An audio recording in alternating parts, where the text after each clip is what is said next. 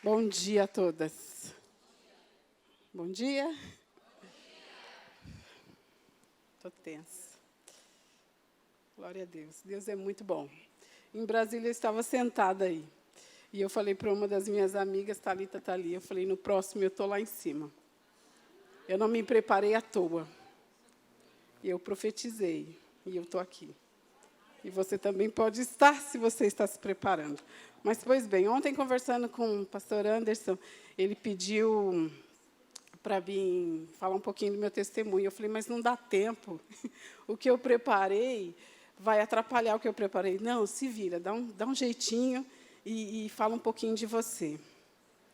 E é muito bom estar aqui, é maravilhoso estar aqui. Conheci Goiânia, já gastei horrores naquele flamboyant na 44. Meu Deus, bênção pura. Eu sou paulista, mas ontem fez 10 anos que eu moro no Rio, Niterói. Amo aquela cidade, não queria ir para lá, mas quando entendi o Senhor, fui, e de lá não quero sair mais. E já deixo a primeira para vocês. Se Deus está pedindo uma mudança geográfica na vida de vocês, se joguem. Vão. O milagre está numa mudança geográfica.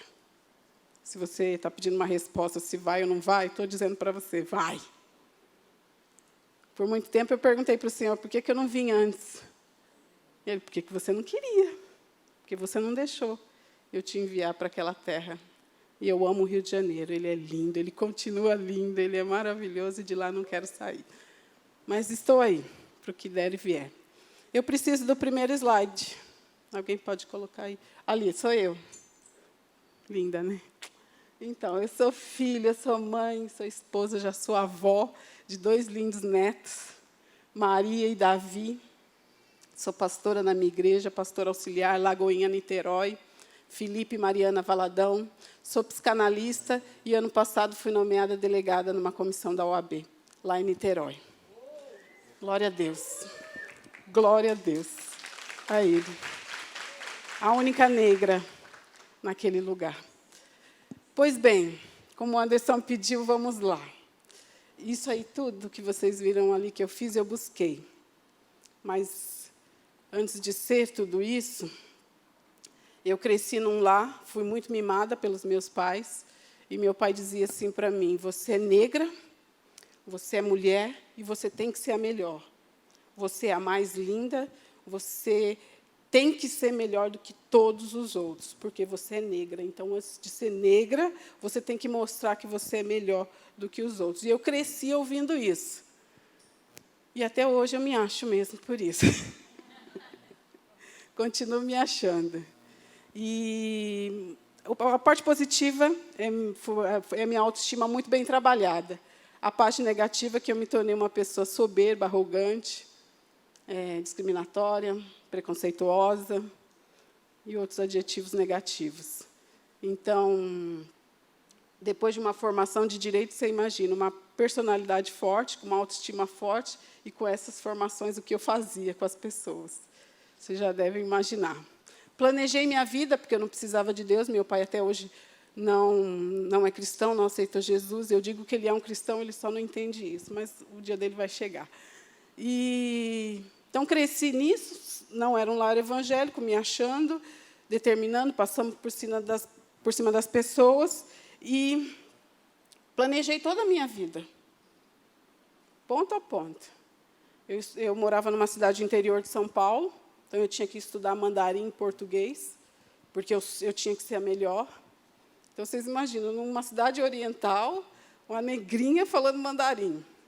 Eu chegava em casa e eu apanhava, porque eu tinha que saber, porque eu tinha que aprender antes da próxima lição, porque eu tinha que chegar no outro dia com a lição pronta, e mais uma lição adiantada, porque eu tinha que ser a melhor da turma. Odeio matemática por isso. E assim eu cresci. Então, eu planejei minha vida, tudo estava sob o meu controle. Porque meu pai me ensinou dessa forma. E aos 16, eu planejei engravidar. Pensei, eu vou engravidar aos 17, aos 18 eu vou parir, aos 18 ainda eu entro na faculdade, aos 23 eu estou formada, aos 25 eu procuro um marido. Olha os meus planos. Eu planejei a minha vida. Até o Senhor entrar, claro. Então, até ele entrar, eu planejei. Procurei um abençoado, branco, do cabelo liso, para, se fosse menina, ter cabelo bom. Enfim, escolhi o abençoado, lindo, maravilhoso. Pedi ele em namoro. Falei, olha, que meus planos são esses, está afim?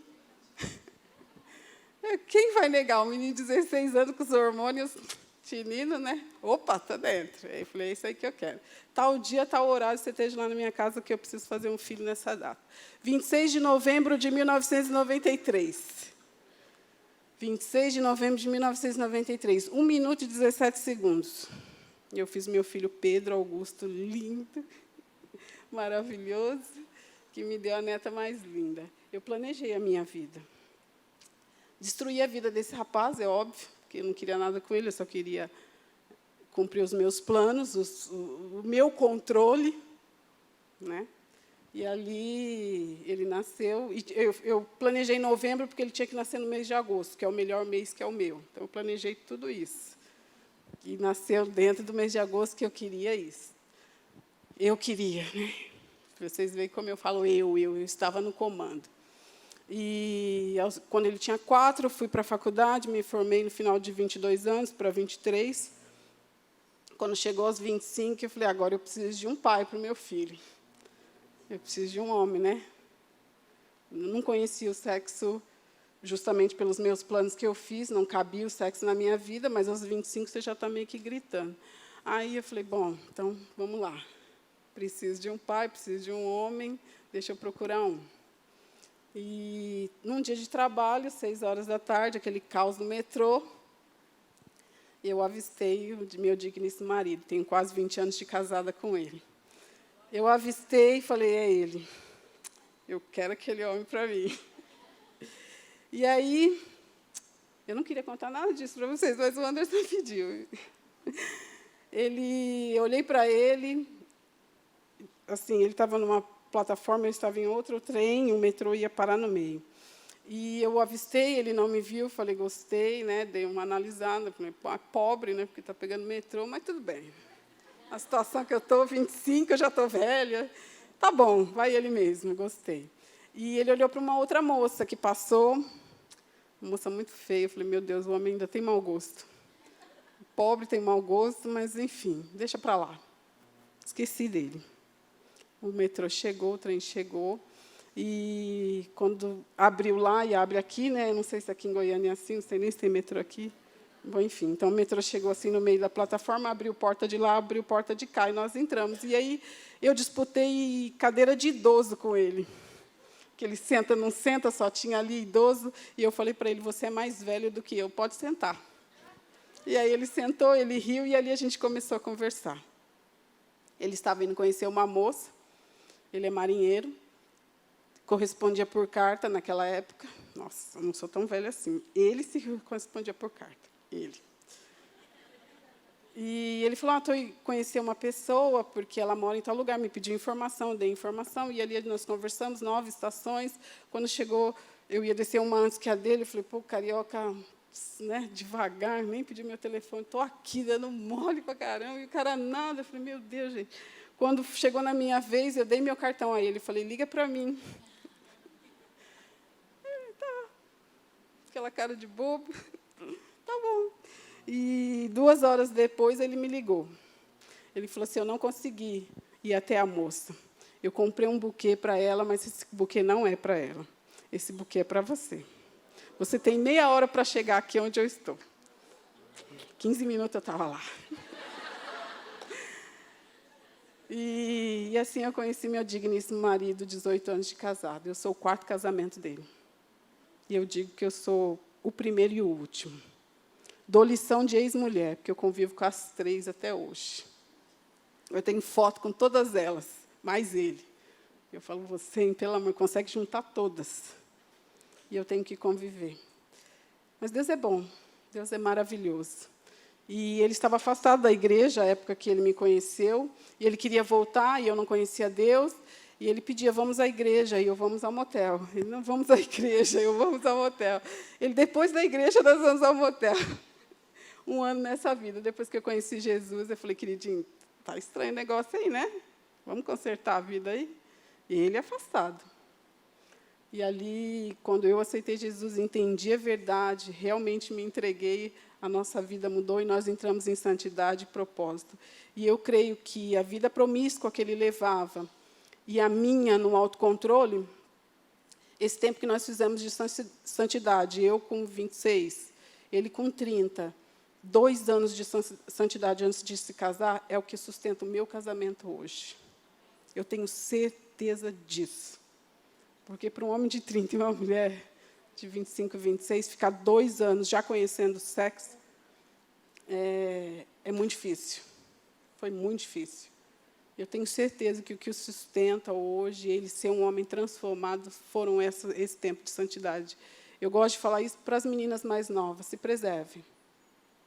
Porque o tempo de santidade é o tempo de intimidade com o Senhor. E Ele te faz outra, Ele te transforma, Ele cria alicerce na sua vida, que é para o resto da vida. Vale muito a pena permanecer em santidade. E essa sou eu. Fugi, a gente já na igreja, fugi desse ministério de mulheres, porque nós somos chatas, complicadas, mimizentas, né? Falei, ai, gente, trabalhar com mulher não dá. Logo fui à diaconisa, e minha pastora, na época, falava, Altair, meu esposo, vai estacionar o ministério, porque você tem que alcançar, e eu tive que estudar teologia, vai estudar para alcançar a unção dele. Alcancei, depois que alcancei, ela vai trabalhar com mulheres. Eu falei, não, tudo menos mulher. Mulher não dá, mulher eu não gosto, porque mulher isso, porque mulher aquilo. E, gente, não dá. Nessas lives últimas que eu ouvi a mesma coisa. Como nós nos preocupamos com detalhes de cor, de lembrancinha disso, daquilo, com a roupa da outra, com a roupa da fulana, quem vai estar, quem não vai estar. Como nós nos preocupamos com isso. E, né, numa dessas lives, alguém falou, não me lembro quem, fez a chamada para esse evento e falou, venha para algo, para aprender algo, independente de quem esteja aqui em cima. E eu falei assim para mim, falei assim, se a pessoa for, dependendo de quem vai em cima, já vai dançar, né? Porque ela nem me conhece. Sou famosa, não sou nenhuma Helena Tanuri. Então, filha, ela vai se frustrar. Então, não venha por isso. Né? Eu espero que vocês não vierem por isso. Mas buscando o que eu vim aprender nesses dias. Perguntem para vocês. O que eu tenho que aprender? Por que eu paguei? Por que eu estou aqui? Algo o Senhor já está falando desde ontem. Ele vai continuar falando. E, nessa de não querer trabalhar com mulheres, eu fui fugindo disso. A cada trabalho que a minha pastora dava, eu dava um jeito de não fazer, e fui fugindo. Eu sempre sou advogada, como falei, então eu advogo muito para homens. Inclusive, no juizado de violência doméstica, os meus maiores clientes são homens, são os agressores. E, de ouvir tanto o discurso deles, nenhum deles foi absolvido. Não que eu não trabalhasse bem, mas eu faço questão de avisá-los no começo, tu vai ser condenado. Faço o possível que eu possa na defesa deles, mas nunca para absolvê-los, e sim para modificar a vida deles. Meu marido trata eles da forma emocional, porque ele é psicanalista também, já aposentado da Marinha, e eu trato o jurídico desses homens. Mas, de tanto ouvir o discurso deles, nos chamando de loucas, doentes, burras, eu falei assim, eu preciso mudar isso aí, porque são minhas irmãs. São mulheres como eu. E eu não sou louca, eu não sou burra, e elas também não são. E eu comecei a estudar a lei, estudar as mulheres, a nossa mentalidade, o nosso cérebro. E ali, eu fui deixando, só fui estudando e trabalhando as poucas que chegavam até mim. Eu pegava até aquelas que vinham através deles. Em audiência, eu dava um jeitinho de pegar e conversar com elas para entender algumas coisas. Mas, em fevereiro do ano passado, num evento Curadas para Curar, uma palestrante falou assim para mim, eu estava sentada assim, eu gosto de sentar na frente, ela falou assim, até quando você vai ficar parada e não trabalhar com o que Deus quer que você trabalhe?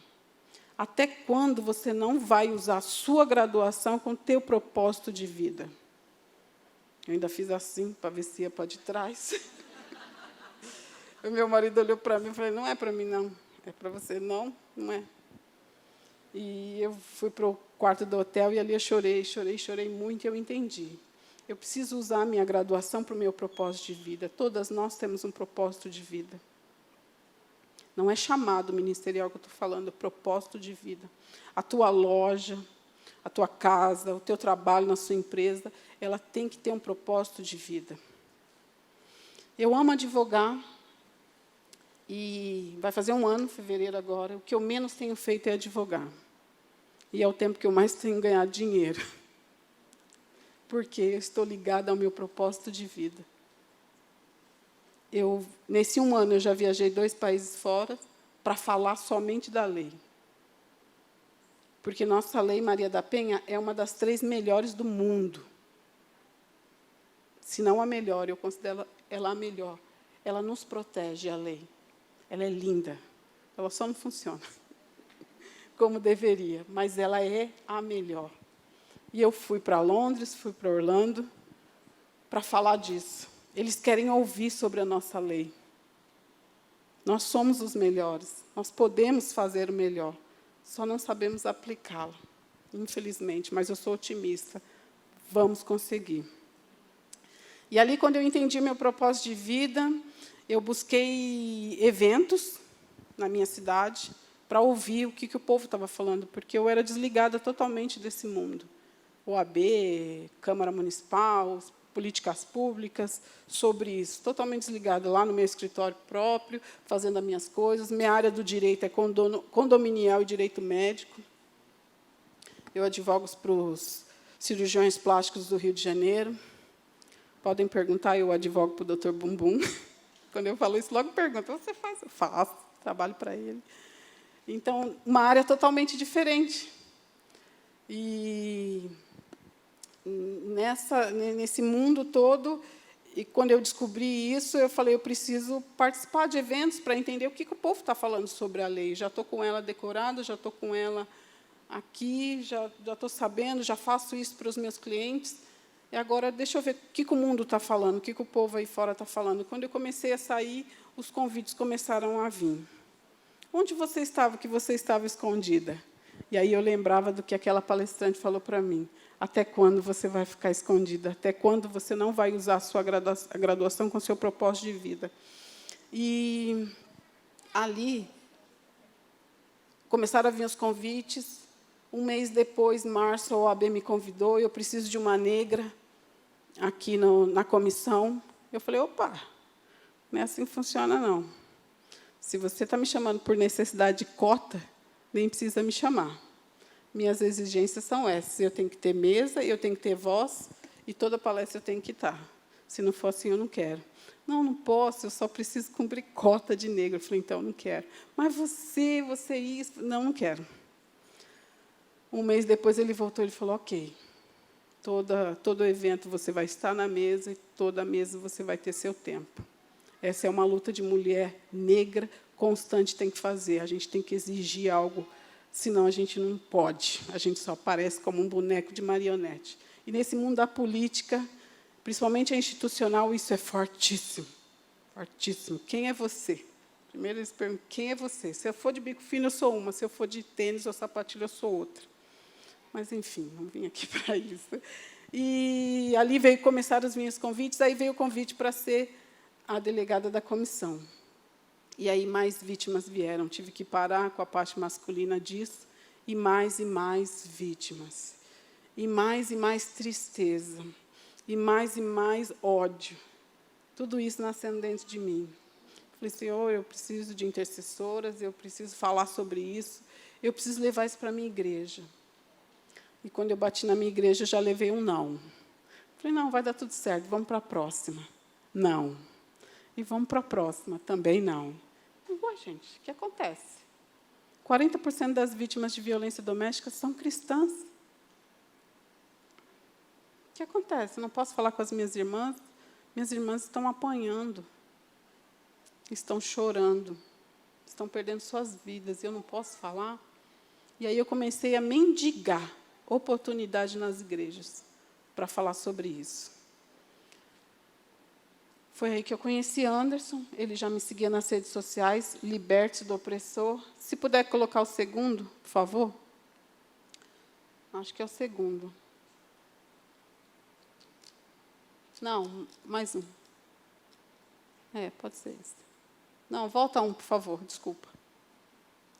É o meu tema, mas ali embaixo está as redes sociais. O Anderson começou a seguir, e aí ele me chamou no direct, ali a gente foi trocando algumas ideias, e ele foi abrindo algumas coisas para mim, e eu fui explicando algumas coisas para ele como psicanalista, e ali foi linkado.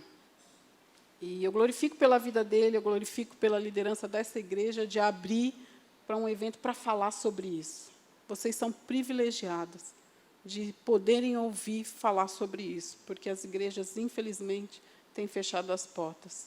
E eu choro por isso, eu choro mesmo, porque eu sei, porque, ainda que a igreja não queira falar, pessoas daquela igreja que não querem falar me procuram, se não a liderança me procura, e choram no consultório comigo, e não podem falar sobre isso. Isso é muito triste, gente, isso é muito sério. Chega a me emocionar, porque não sei nem explicar que palavra usar, mas isso acontece no meio de nós. E aí montei várias palestras, estou seguindo, estou falando sobre isso, e é o que eu vim falar para vocês, sobre a dependência emocional nesses relacionamentos abusivos. Eu vim aqui dizer para vocês que vocês não são burras, não são loucas, não são doentes, que vocês podem ir avante, que vocês são filhas de Deus. Parece banal, né, ouvir isso. Já ouvi tanto, eu me considero filha de Deus, mas pensa bem. Se você vive num relacionamento abusivo, você se considera filha de Deus? Na sua essência? Você confia verdadeiramente em Deus quando vive num relacionamento abusivo?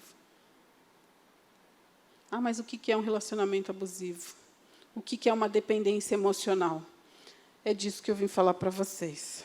Eu preciso de água. Pois bem, eu gostaria muito que desse tempo de perguntas. Aproveitar que não está um público menor, perguntas são muito bons. Eu espero que dê tempo, não sei como que vai ser. Eu trouxe material, trouxe poucos. Alguns eu já distribuí para quem acordou cedo e chegou no horário. Parabéns para vocês. Quem se adianta, governa. Então, quem chegou mais cedo, recebeu. Tenho poucos ali.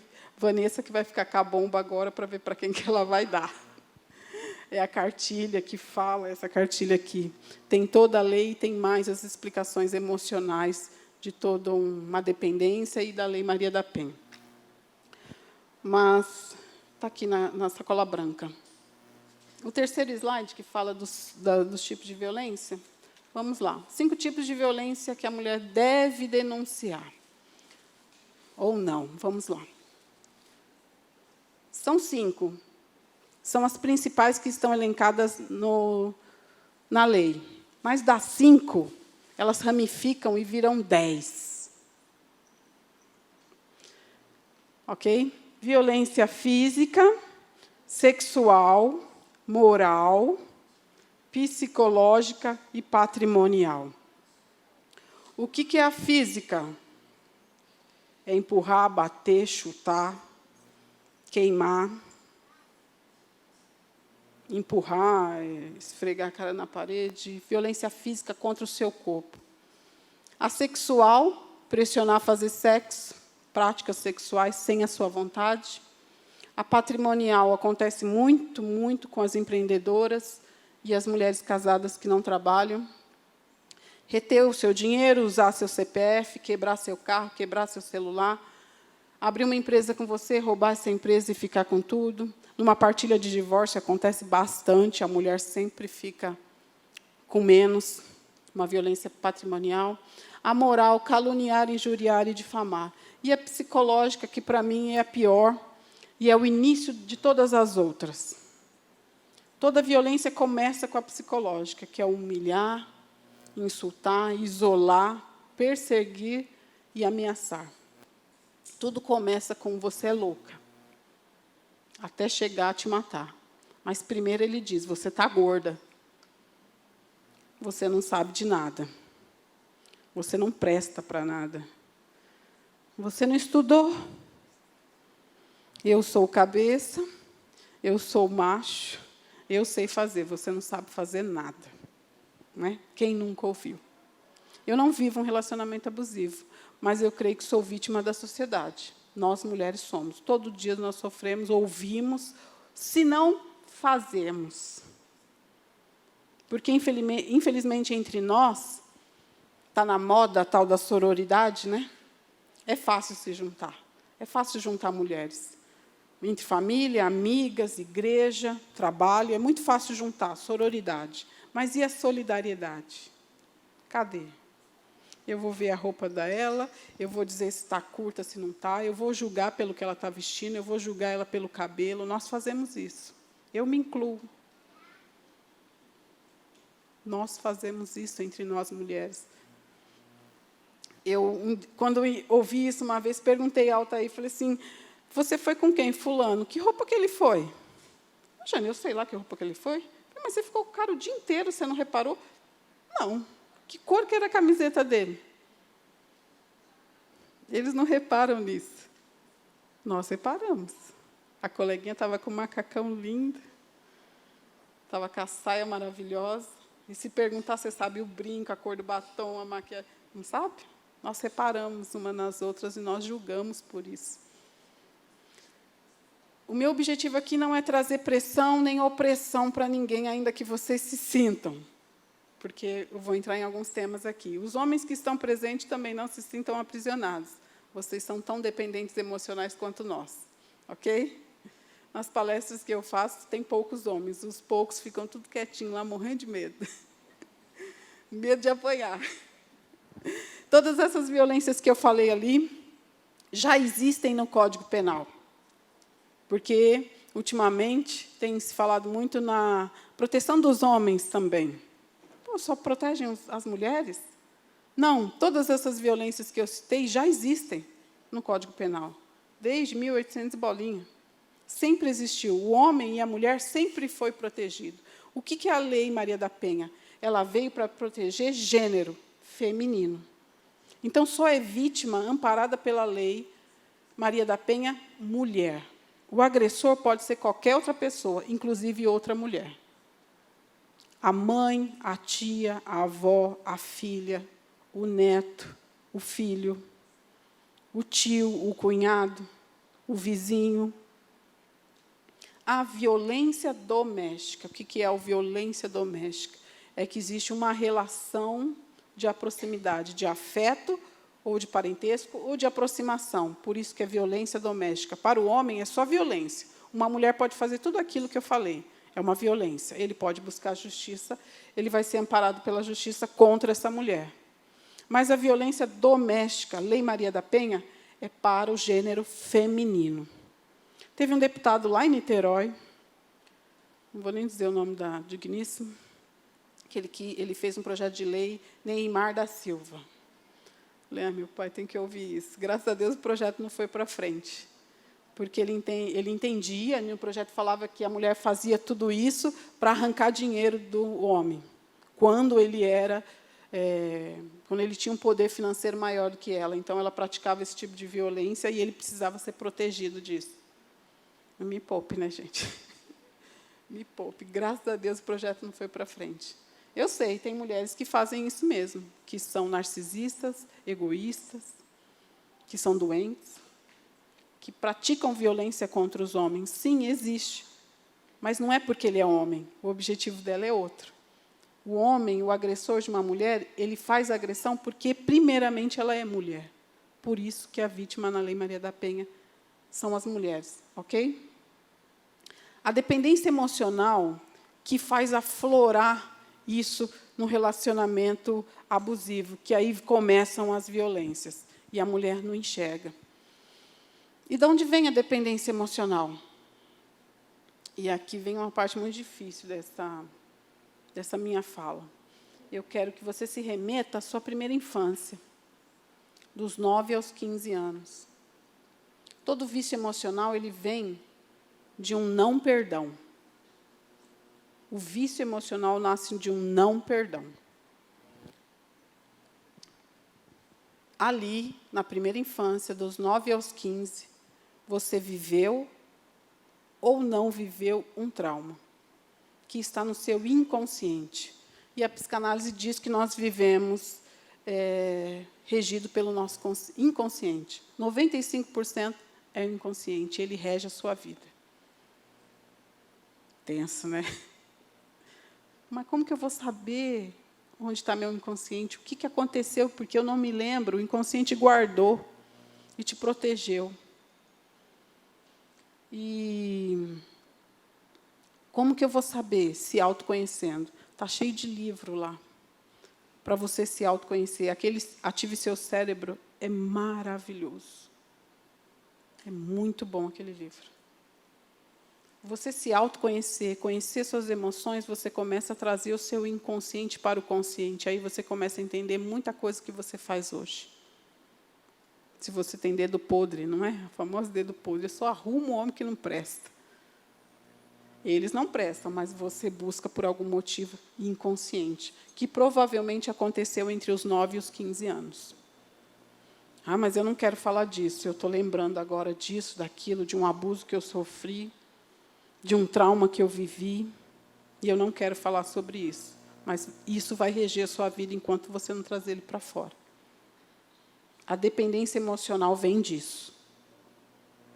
90% das mulheres que hoje eu atendo, eu tenho empresas privadas hoje que me pagam mensal para falar sobre isso, para ajudar mulheres, e aí eu abri um consultório.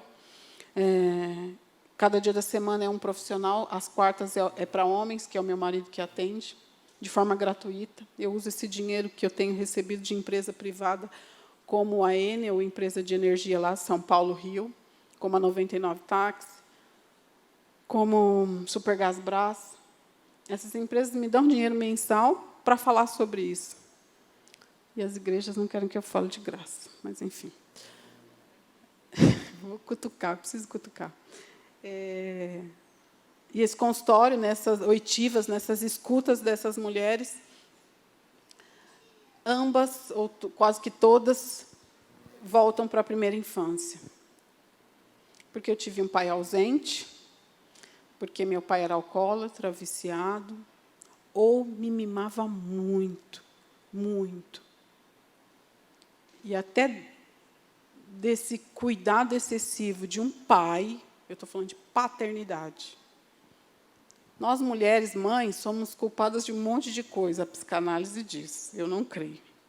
Mas ela diz que a mãe tem um grande fundamento disso. Mas tudo se revela na paternidade, tanto que o nosso Deus é Pai. Mas todas elas, se não todas, né, elas falam, porque fui abusada, porque sofri um trauma, porque mexeram comigo, porque meu pai não estava lá. E aí elas idealizam um homem perfeito, um pai que elas não tiveram. Às vezes um avô que tomou lugar, um tio que tomou lugar, mas elas ficam idealizando um pai, porque todo mundo aqui tem um pai, ok? Eu idealizo um homem perfeito, o pai que eu queria para mim. E aí eu não encontro, ou porque eu não tenho, ou porque ele me abusou, ou simplesmente porque ele é muito perfeito. E aí o que eu vou fazer? Eu vou replicar isso num outro homem. Eu vou procurar um homem idealizando aquele que eu quero para mim. E a psicanálise diz o quê? Nós, mulheres, procuramos um pai nos nossos relacionamentos, desde a adolescência. E os homens procuram as mães. Quando eu entendi, aprendi isso na psicanálise, eu buguei. Fiquei muito louca. Falei, meu pai do céu, como assim? Altair procurou uma mãe em mim. E eu olhava para ele, com raiva, e olhava para mim. Muitas vezes, em muitos lugares, eu tomei o lugar da mãe dele. Eu lavo, passo, cuido, não quero que nada falte, aquela coisa toda. Isso não tem nada a ver com submissão e domesticidade. E falei, qual a única diferença entre eu e minha sogra? É o sexo. Sou igualzinha à minha sogra. Fiquei mal. Fiquei uma semana mal, briguei com Deus, aquela coisa doida. Falei, como pode? Nunca falei mal de minha sogra, ela é uma bênção, bem longe de mim. Mas ela é uma bênção. E eu não falo mal dela para meu marido, porque entendo que, se ele é bênção, veio dela. Ela não pode ser tão ruim assim, né? Mas eu via o que ela fazia, até por causa das outras ex-mulheres, e uma delas ela gosta muito, frequenta a casa dela, e eu vi o que ela fazia dentro do meu casamento ali, eu ficava muito brava. E, quando eu descobri que ele buscava uma mãe inconscientemente, todo homem faz isso, ok? Quando eu descobri isso, eu falei, meu pai, eu olhei bem para ela, pensei tudo isso, e cheguei à conclusão, os defeitos dela é o que eu faço. O temperamento dela é igualzinho ao meu. Eu sou minha sogra. Meu Deus. Você é sua sogra. Inconscientemente, teu marido te procurou pensando na mãe dele. Por isso que eles gostam disso aqui. Eles procuram uma mãe. A diferença é o sexo. O ganho secundário é o sexo. E, quando eu olhei para a vida dela, ela hoje, um tempo que eu descobri para cá, eu analisei tudo, ela é uma pessoa, uma idosa solitária, soberba, arrogante, no controle, manipuladora, como eu era, lá atrás. E como eu estava sendo dentro do meu casamento. 5 primeiros anos de casado, eu castrei meu marido. Porque eu tinha o controle, porque eu sou melhor do que todas, porque eu manipulava. E, quando eu olhei para ela, vi isso, vi a vida dela atual, falei, opa, eu não quero esse fim para mim, não. Já que ele me buscou por isso, idealizando essa mãe em mim, eu vou mostrar para ele que eu não sou a mãe, mas também estou aqui para acalentá-lo. Mas não quero terminar, pelo menos, como ela. Melhorei até o meu tratamento com ela. Tentei aproximar os filhos dela.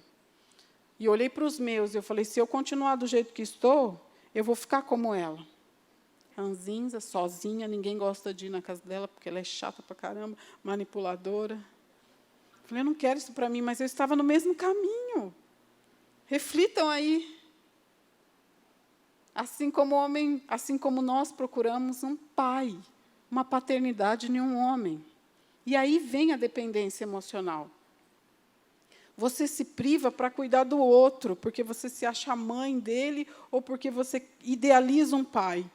E aí ele não presta, ele bebe, ele fuma, ele bate, ele grita. Mas ele está nervoso. E você vai relevando e vai fazendo concessões e você vai parando de existir. Você perde identidade porque você está idealizando um homem perfeito, um pai que você não teve. Na verdade, você quer um pai. Você idealiza naquele homem. Quase todas as mulheres vítimas falam isso. Eu tive um pai alcoólatra. Eu vi ele batendo na minha mãe. E eu não queria um pai daquele. Eu sofri com um pai daquele. Então, quando eu comecei a me relacionar com um homem, eu queria consertar ele, para ele não ser um pai para outra como eu tive. Então, ela fica na busca de ficar consertando o homem. Nós fazemos isso. Nós queremos consertar a igreja, o pastor, a sociedade, o mundo, os filhos, o marido. E aí a gente se anula por ele, para ele, todo ele. Ele é um homem da minha vida, ele só está passando por um momento, coitado, ele não teve pai, não teve mãe, ele é viciado, ele faz isso, ele fica nervoso, o temperamento dele. Vai melhorar, vamos orar. E você vai se anulando. Tem um outro slide, por favor? O marronzinho. Não, pode ficar nesse, pode ficar nesse. O ciclo da violência psicológica, ele é isso aqui, ó. Ele não muda. Sempre vai ser isso aqui. Sempre. Todo relacionamento, abusivo ou não, acontece aquilo ali. Nós somos normais, eu brigo com meu marido. Briguei também quando namorava. Então, todo relacionamento, mãe, filha, avô, neto, marido e mulher, existe aquilo ali. Existe um momento de conflito, porque são duas pessoas diferentes, ok? Então, sempre vai existir o aumento de tensão ali, Tudo começa no momento da tensão. Houve um conflito, houve uma tensão. Falou como não deveria, gritou, empurrou, fez algo que não queria. Isso é normal em todo relacionamento. Normal a tensão. E aí vem o ataque violento. Se falou algo que não queria, aí vem uma gritaria, aí vem, sim, um empurrão ou um tapa, ou outra coisa mais violenta, mas o momento de tensão sempre vai existir.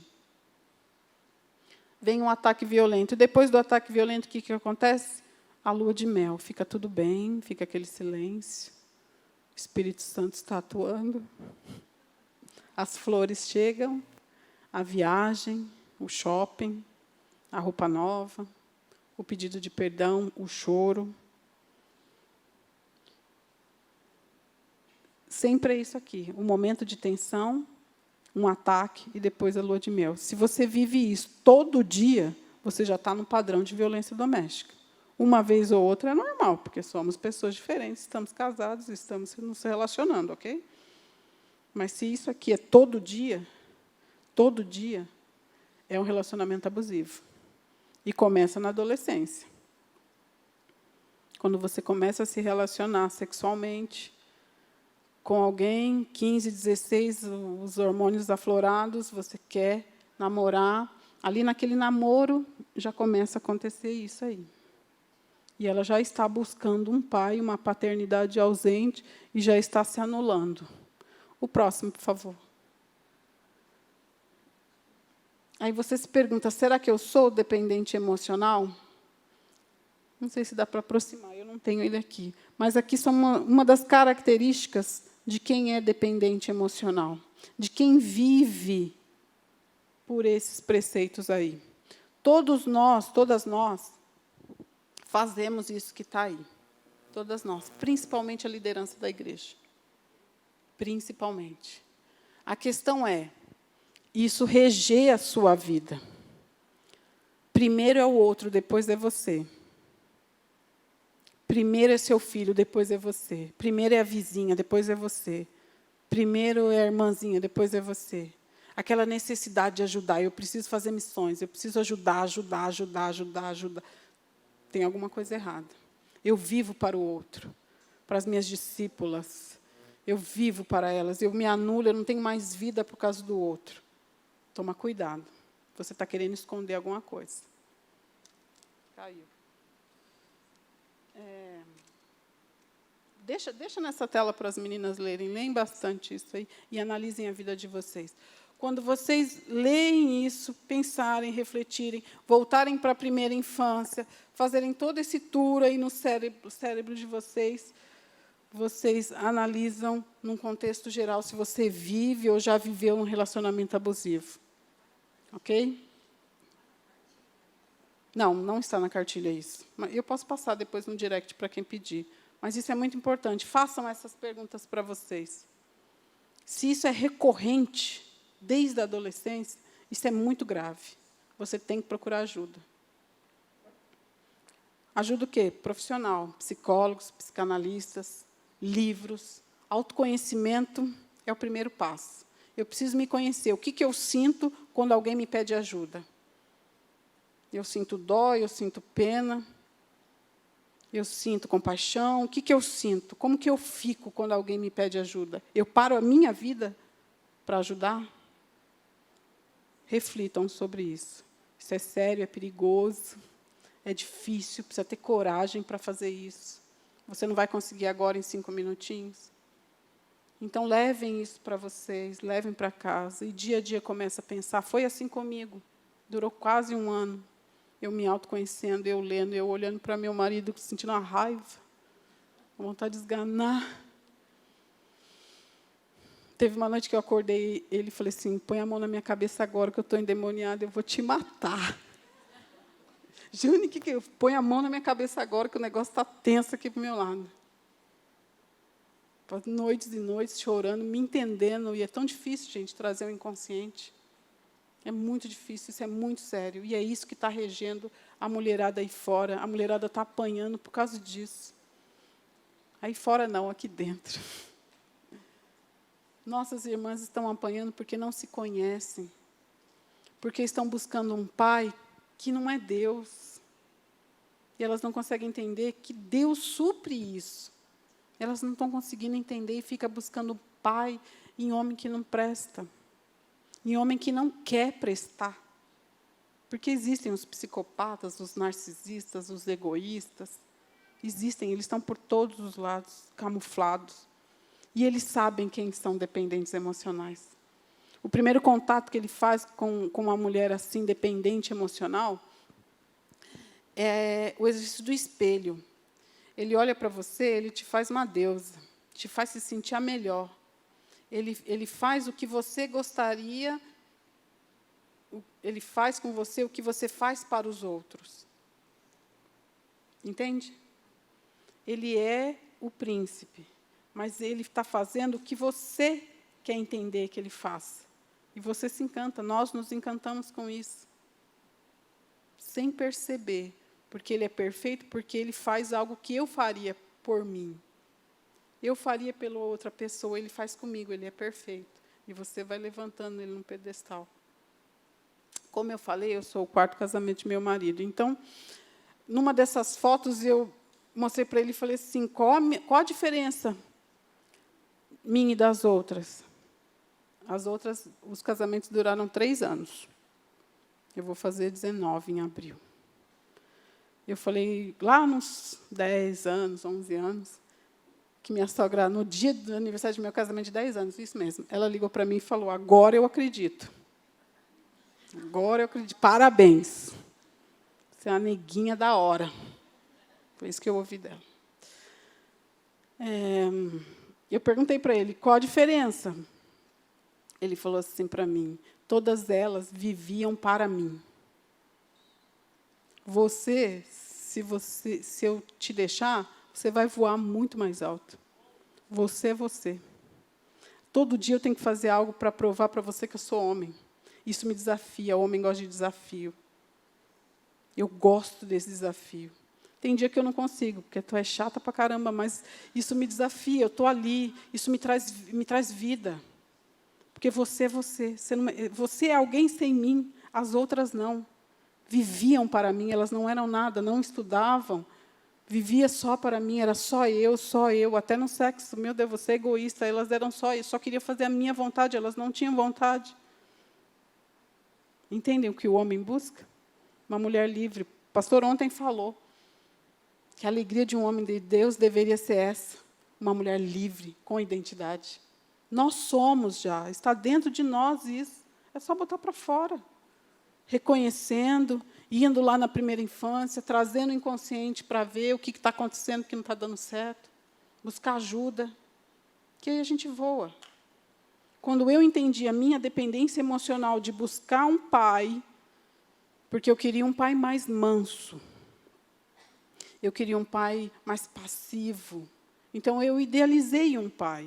Meu pai foi muito bom para mim. Ele continua sendo muito bom para mim. Ele me mimou muito, mas também me cobrou, e aí eu não queria. Como eu busquei um pai que eu idealizei, eu busquei um homem passivo. Devagar. Mas, para mim, até eu entender o que eu buscava, entender o jeito dele, tu imagina o que eu falava para ele. Por isso que eu matei ele os primeiros 5 anos. Tu é lerdo, não serve para nada, não faz nada. Meu pai faria isso. Meu pai diria isso. Acabei com ele. Assim, não sei, gente. Meu Deus, coitado daquele homem. Deus é bom na vida dele. Deus é muito bom. Mas, entendem? A minha dependência emocional, que veio de uma ausência de algo que eu buscava, idealizando um pai. E aí eu busquei, e nós fazemos isso, ou nós buscamos alguém muito parecido, a mulher, né? Ou o homem na mãe, ou alguém totalmente ao contrário. Mas esse totalmente ao contrário é idealizando o que você sempre viveu. Então, eu procurei um pai totalmente ao contrário do meu, mas idealizava aquele, porque aquele eu estava acostumado, porque aquele eu amava. E aí eu cobrava dele, e as brigas eram intensas por isso. Porque eu queria que ele fosse como meu pai, mas eu procurei algo ao contrário, porque a minha dependência emocional era de ser acarinhada, acautelada, e meu pai não fazia, ele só cobrava. Entende? Trazem isso para a memória de vocês. O que vocês buscaram? Como teu marido é parecido ou não com teu pai? Ou, se você não teve pai, o que você idealiza nesse homem? Eles não têm culpa disso. E eu não estou justificando o homem que se aproveita disso. Mas tudo começa do nosso autoconhecimento, de como nós nos conhecemos. Quando você briga com seu marido, sua mãe, ou qualquer um que seja, tente pensar no que você sente ali naquela discussão. O que eu estou buscando? Provar que eu estou certa? O que eu sinto depois, para vir uma lua de mel depois? O que eu sinto durante a lua de mel? É prestar atenção no que está acontecendo dentro de você. Isso sempre se repete. Por que sempre se repete? Por que eu gosto disso? Isso é tão grave, a violência psicológica, ela traz tanta substância para fora e substância para dentro. Quem sofre com ela é comparado com quem volta da guerra. Um transtorno, um buraco que faz, é como um viciado em cocaína. E aí, não justificando de novo, mas algumas pessoas falam, ela gosta de apanhar. Na verdade, eu não consigo entender isso, né? Eu não imagino uma pessoa acordando e falando, né? Hoje eu quero apanhar. Acordei disposta a apanhar. Não. Mas ela está tão acostumada com isso que algumas substâncias do corpo dela pedem aquela adrenalina que é apaziguada com tapa. E aí ela fica mais calma. Vem um momento de tensão, vem um ataque, vem um tapa, ela fica mais calma e fica tudo bem. O organismo dela já acostumou com aquilo ali. O organismo dela pede aquela substância, aquela adrenalina que vem com tapa. Ela está doente. Ela não gosta de apanhar, ela está doente. O projeto Liberte-se do Opressor, que eu lancei em fevereiro do ano passado, visa montar uma rede, fora do Brasil, aqui no Brasil, de mulheres que apoiam, que estejam dispostas a ouvir essa vítima sem julgamento. Acolher sem julgamento. Ouvi-las, ter uma escuta ativa dessas mulheres. Eu atendo mais em Niterói, capital Rio, e São Paulo. Nos outros estados, eu busco essa rede, eu busco mulheres que, quando algumas me procuram no direct de outros estados, eu posso falar, fala com fulana está aí perto de você, ela pode te ouvir. A maioria só quer ser ouvida. Só isso, ela quer falar. A decisão de denunciar ou não é dela. Você nunca pode dizer para ela o que ela tem que fazer. Ela sabe o que ela tem que fazer. Ela só quer ser ouvida. Só isso. Eu contei lá em Brasília de um caso de uma senhora de 70 e poucos anos, 36 de casada, e ela me procurou para divórcio. Quero divorciar. Quanto você cobra, como funciona? E ali na mesa do escritório eu expliquei para ela. Funciona assim, assim, assim, custa tanto, vai acontecer isso, isso, isso. E ela viu a cartilha na minha mesa e perguntou, você está trabalhando com isso? Como funciona isso? Que a mulherada gosta de apanhar, né? Eu vejo tanto na televisão, todo dia tem uma mulher morta. Me explica. Aí eu expliquei os 5 tipos de violência. Quando eu falei da psicológica, ela sentou no chão do escritório e chorou. Chorou copiosamente, eu não sabia o que fazer. Comecei a comprar lenço de papel depois disso para o escritório, porque eu só tinha no consultório, que era no mesmo prédio. Falei, gente, e agora? Eu abraço, eu sou psicanalista, eu sou de o que eu sou agora? Não sei o que eu faço. Deixei ela chorar. Quando ela se recompôs, eu falei assim, a senhora é filha de Deus, o que aconteceu? Me explica.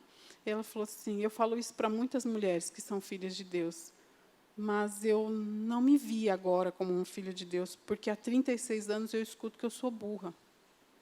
E eu não sabia que o homem que eu amo é um criminoso, isso é crime. Ele faz um crime comigo há 36 anos. Eu escuto que eu não presto, que eu sou burra, que eu não valho de nada, que eu não oro direito, por isso que eu tenho tanto problema de saúde, que Deus não me ouve. Mas eu amo esse homem. O que eu faço? Não quero mais o divórcio. Pensei, perdi uma cliente. E eu falei para ela, a senhora se impõe. A senhora vai dizer para ele que a senhora é filha de Deus. Simples. Como que ele fala? Ele faz isso. Ele... Falei, então, levanta o dedinho para ele também. Fala, o que a senhora é? Ai, mas e se ele me bater? Ele nunca me bateu. Mas eu falei, ele não vai fazer isso. Se ele nunca bater, ele não vai bater agora. Mas a senhora tem que se impor. Ah, tá bom. Foi embora. Aí, 15 dias depois, ela liga. Olha, deu certo. Ele está uma benção. Nem precisei orar. Quando ele veio falar comigo, eu levantei a mão e falei assim, olha aqui, queridinho, eu vou falar com meu pai. Eu sou filha de Deus e não vou admitir mais que você faça isso comigo. Ponto. Ele foi reclamar com a filha. A sua mãe agora é uma mulher instruída. Eu não posso mais fazer isso com uma filha de Deus. 36 anos de casado. Serviam na igreja como diáconos, mas chegava depois do culto, ele detonava ela. Quantas de nós não estamos assim? Nas minhas reuniões lá com a patrulha, eles disseram, isso lá no Rio, eu busquei os índices aqui de Goiânia, eu não consegui. Em 2018, Goiânia era o 3º estado com maior índice de feminicídio. 2019 foi para o 2º, brigando com o Espírito Santo. Depois voltou para o 3º. Então, o negócio está feio aqui, em Goiânia. E outros dados que eu busquei, eu não consegui. Mas, lá no Rio, 76% das ligações de 190 são de violência doméstica. 76%. Aos domingos e às quartas-feiras. Aí o povo pensou, por causa de jogo, né? O homem fica mais tenso, né? Mais agressivo. Quarta e domingo são os dias que mais tem ligação de violência doméstica. E aí eu ouvi de um policial, é dia de culto também, dia que o irmão está cheio do poder. Baixei minha cabeça e aquilo fincou no meu coração. Aí eles detonam com as irmãzinhas, sem saber que eu era cristã. Esses são os índices. E são tristes. A tua amiga aí do teu lado pode estar sofrendo isso há anos e ela não sabe, ou ela não sabe nem como pedir ajuda. Isso é muito sério, gente. Isso precisa ser falado. Isso precisa ser cuidado. Não é só oração. Não é só oração. E eu louvo pela liderança que entende que não é só oração. É pé na porta, como o pastor Anderson faz. É pegar pelo colarinho e levar para a delegacia. E por que Deus não vai agir depois de uma delegacia? Porque eu ouço de líderes, vai, e a reputação da igreja vai acabar com o reino, vai trazer vergonha. Não, é onde Deus vai começar a agir, ele precisa passar essa vergonha, ele precisa ser preso. Porque também tive um caso no escritório de que a filha me ligou, posso denunciar meu pai, eu não aguento mais ver minha mãe apanhar. Eu tenho N casos aqui, se eu for contar para vocês, mas esses são, eu gosto de falar deles por causa da quebra de padrão, da diferença dos dois. Um precisou de divórcio, não precisou. E o outro precisou de prisão, mas não teve divórcio. A filha ligou, posso denunciar, vai acontecer o quê? Ai, vou pensar, porque é meu pai, minha mãe vai sofrer, mas eu não aguento mais, posso denunciar? Pode. Eu expliquei para ela, montei uma rede de apoio para ela, para a mãe dela, denunciou, foi preso. 3 meses preso. Ele voltou outro homem. Me procurou e falou, muito obrigada. Eu precisava conhecer Deus lá dentro. Voltou, a mulher aceitou, não divorciou e estão bem. Quando tem momento de tensão, vão para a terapia, corre para psicólogo para entender as dependências emocionais, para entender o que eles estão buscando, o que o inconsciente deles está falando, ajuda profissional. Nenhum dos 2 casos teve divórcio, porque o que eu escutei das lideranças, você com teu jeito, cabelo curto, vai dizer que tem que divorciar. O seu jeito, o seu discurso vai propagar o divórcio. Amigas minhas. Bom, eu achava que era amiga. Jane, você é muito louca, vai lá e fala disso, disso, disso, e eu falo. Mas quando eu cheguei nesse assunto, não, melhor não, porque você vai trazer divórcio para a minha igreja. Eu falei, tá, você prefere uma mulher divorciada? Você não prefere uma mulher divorciada e mais uma mulher que apanha? Uma discípula sua, uma filha de Deus? Não sei lidar com mulher divorciada. A igreja não está preparada para isso. E eu ouvi no Feminaria em Brasília, de uma mulher abençoada, divorciada. A maioria das palestrantes em Brasília foi divorciada, achei isso lindo, porque existe vida após o divórcio. E uma delas falou, está nascendo uma nova expressão de mulher. filhas de Deus que passaram por abusos, que saíram de um casamento falido, mas estão bem, venceram, entenderam a identidade e estão aí voando. Hoje ainda acho que alguma delas vai falar, amanhã também. É isso. A igreja não está preparada, a igreja somos nós. Somos nós. Precisa ser falado sobre isso. Não julgue a sua irmã. Acolha ela sem julgamento. O que você precisa? Eu preciso saber o que eu vou fazer. Eu não vou dizer o que você precisa saber, eu vou dizer que você é linda, que você pode contar comigo. Palavras de afirmação o tempo todo. Vem cá, liga de manhã, você é linda, você é maravilhosa. É marcar ela num post lá no Liberte do Opressor. Eu queria tanto denunciar, mas não tem força, não tem problema, eu estou contigo. Essa força está dentro de você. Palavras de afirmação o tempo todo. Ela precisa disso. É um livro que você vai indicar para ela se autoconhecer. Não é dizendo para ela o que ela tem que fazer. Isso não vai resolver e vai trazer o problema para você. E vai dar ruim para você. Ok? Eu quero terminar a minha fala. Eu gostaria muito de um momento de pergunta. Dá tempo ainda? Não, né? Não tem plaquinha de horário, então eu vou falando. Infelizmente, não vai ter tempo de pergunta, mas mandam lá para o direct, sigam a página e manda que eu respondo. Eu creio que as perguntas trazem mais conhecimento até, e tira a dúvida de muitas, às vezes uma pergunta só. Mas eu quero terminar com um vídeo, para vocês entenderem como é cultural o machismo. Como nós, mulheres, contribuímos para o machismo. Eu estudei muito sobre o feminismo, porque nos eventos que eu não vou como cristã, eu vou como delegada.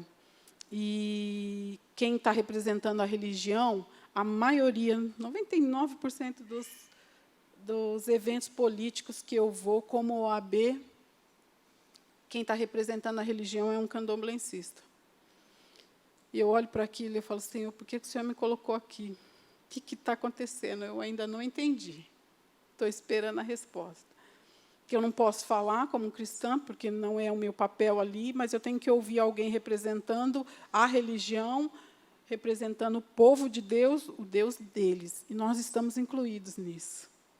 Isso me assusta. E o discurso feminista, eu fui estudar, e falei assim, gente, não dá para ser feminista e cristã. Não dá. Você pode até gostar de alguns discursos filosóficos do feminismo, mas não dá. Ou você é cristão ou você é feminista. Se for negra, então, é mais embaixo ainda. Porque em nenhum movimento feminista os negros foram convidados. O primeiro movimento feminista foi para buscar direito para trabalhar. Queima sutiã e vai aí, para trabalhar. Quando que um negro precisou brigar para trabalhar? Então, ele nunca foi convidado para um movimento feminista. Então, eu, como negra, não posso dizer que sou feminista.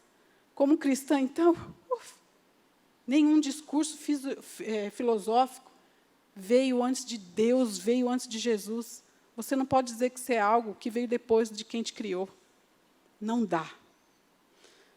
Fui estudar todas as feministas. E aí, nesses estudos, que eu fiquei muito louca, porque os discursos são fortes. Foi nesses discursos que eu tinha vontade de matar meu marido. Até curso de sexo individual tem no Rio para mulheres. Porque não se precisa mais de homem. Os discursos matam os homens. É tenso o negócio. E lá tá feio o negócio lá.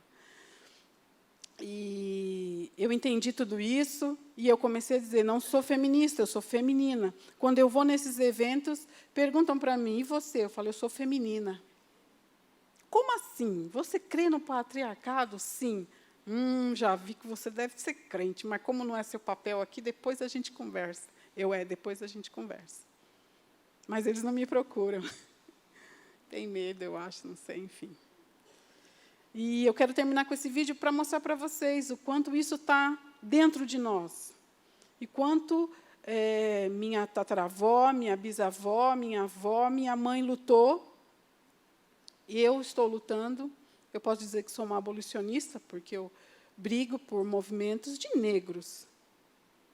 Então, quebrar tudo isso, chegar ao ponto de que nós estamos, já evoluímos muito, já crescemos muito, já avançamos muito.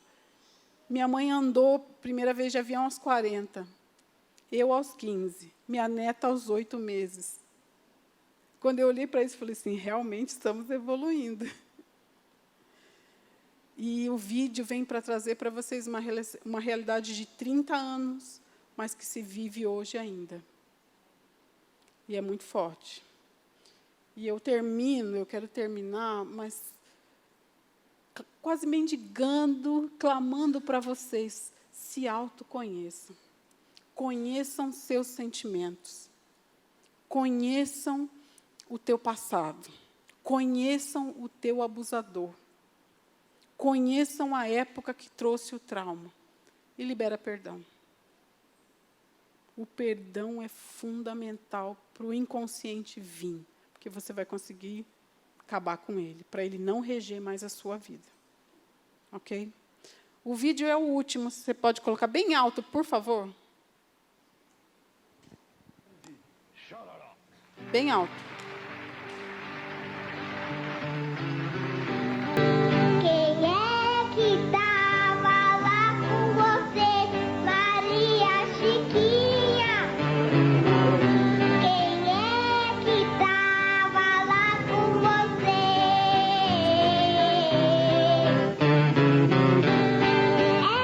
Era filha de Dona Genaro, meu bem.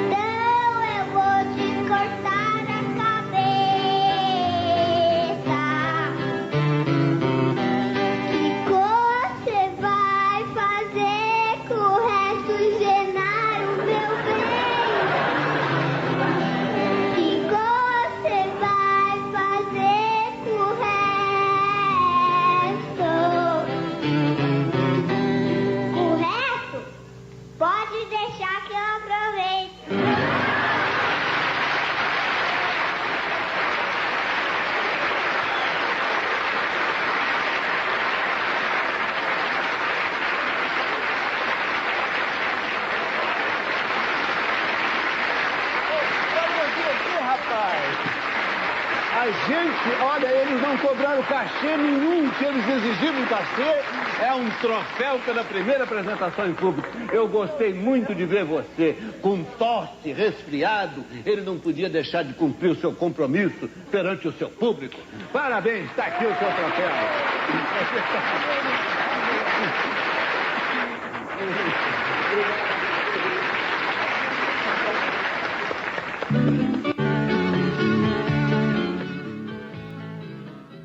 Eu me emociono, mas é a narração de um feminicídio. A música inteirinha. Ele corta a cabeça dela e depois abusa ainda ela sexualmente dela. Ela, no discurso todinho ali, ela arruma desculpas, ela manipula, ela é criativa, como todas nós. Veio um questionamento, a gente arruma uma desculpa por uma suposta traição. Em nenhum momento da música ficou comprovado que ela traiu ele. E ainda que tivesse traído, não justificava ser degladiada e abusada depois. Mas por uma suposta traição, ele a matou. Ele cortou a cabeça dela e abusou sexualmente dela. Nós somos ótimas para desculpas, para manipular, somos criativas. Quando queremos esconder algumas coisas, quando queremos fazer algumas coisas. E talvez ela tivesse procurado a vizinha para falar com a vizinha, para conversar com a vizinha. Talvez ela tenha ido pegar jamelão, sei lá o quê. Talvez. São tudo suposições. E ela foi morta por isso. 1982, esse vídeo. É tão atual, né? Mais de 30 anos.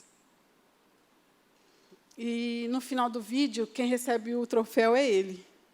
Ele cumpriu com o papel dele. Ele, com o dedinho sempre assim para ela, questionando o que você foi fazer, o que isso, o que aquilo. Pelo que eu sei, pelo que eu vejo, eu não acompanho, não sou tão fã de Sandy Júnior, que eu saiba, ele não virou um agressor. Mas ele foi, aos 5, 6 anos de idade, colocado numa posição dessa. Eu fico tentando imaginar quem ensinou para ele fazer isso, essa imposição toda, né, a fazer esse discurso todo. E ele recebeu o troféu, ela ficou toda sem graça, e as pessoas aplaudem. A autoria da música é de uma mulher e de um homem. E hoje, a gente continua vendo isso. As crianças daquela época, se não as de hoje ainda, os seus contos de fada, a Frozen que veio dar uma quebradinha aí, adoro ela. Mas as outras retratam isso aí. Nossas crianças cantavam isso. Eu já cantei. O ano passado, que eles fizeram uma turnê, eles gravaram um vídeo também, refazendo essa música. Mas eles só mudam o final. Eu fui naquela sede, né? Vamos ver o que eles fizeram agora. Só muda o final, ele só não mata ela, o restante ele faz tudo. Ele impõe as mãos, ele questiona, ele pergunta, e ela fica arrumando desculpa. Falei, não mudou nada. E aí eles fazem um discurso da Lei Maria da Penha, do feminicídio, só porque ele não matou ela no final. Mas a imposição, a rivalidade, a autoridade, ele faz no vídeo. Eu falei, não mudou nada. Isso é muito triste. E o meu principal objetivo, eu sou muito grata pela oportunidade, sou muito grata pela liderança, muito grata pelo Anderson, que me acolheu nesse propósito. Mês abril, a gente vai estar mais junto no Antifrágeis. E vou voar nisso para trazer libertação às mulheres da dependência emocional delas. Fica aqui meu muito obrigado e meu apelo: se conheçam, se entendam, não para culpar o outro, não para se vitimizar, mas para serem livres e realmente filhas de Deus. Amém? Muito obrigada.